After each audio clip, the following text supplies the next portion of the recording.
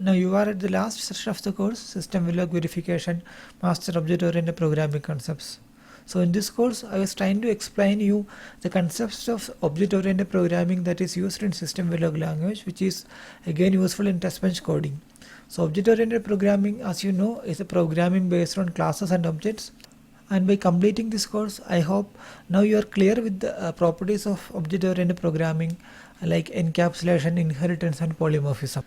Let me summarize them again. Encapsulation and abstraction is a concept that bind the data and function together into a class and giving protection to these members if needed.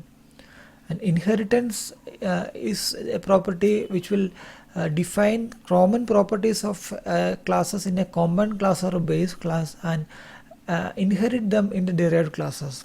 Instead of reusing them or redefining in different classes, make a common base class and inherit the properties of the common base class in the derived classes. And polymorphism is a property which allows to use a variable of a superclass to hold its subclass object and behave this superclass object in many different way, either as an object of a subclass or as an object of the superclass itself. Now coming to test bench coding, classes are usually used to write the following test bench code in a typical Systemverilog based test bench. So in a typical test bench environment, you will see transactors or generators which will generate a large number of transactions, and these transactions will be sent to the drivers or monitors which will convert this transaction to the bus level or the actual pin level RTL signals and vice versa. So these are the common test bench component based on classes used in a typical test bench.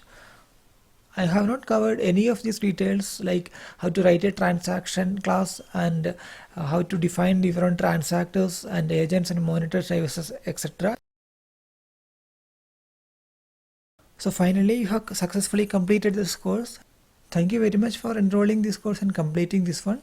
I hope this was relevant for you and you got a lot of knowledge from this, and would really appreciate if you could pass an honest review on this course. Thank you again. Happy learning.